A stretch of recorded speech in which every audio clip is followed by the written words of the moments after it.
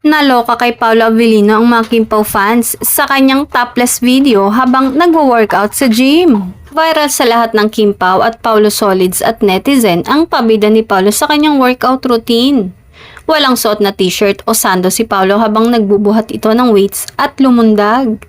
Lantad ang magandang katawan ni Paolo at ang makinis nitong kutis. Kaya naman halos malusaw sa pananabik ang mga netizen. Say nga, at may nagtagpa kay Kimi.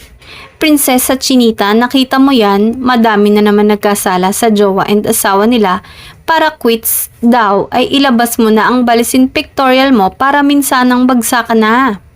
Samantala, ibinida naman ang banding nila ngayong araw kung saan nag-fun run sila kasama ang ilang celebrity gaya ni Alden Richards at Barbie Forteza.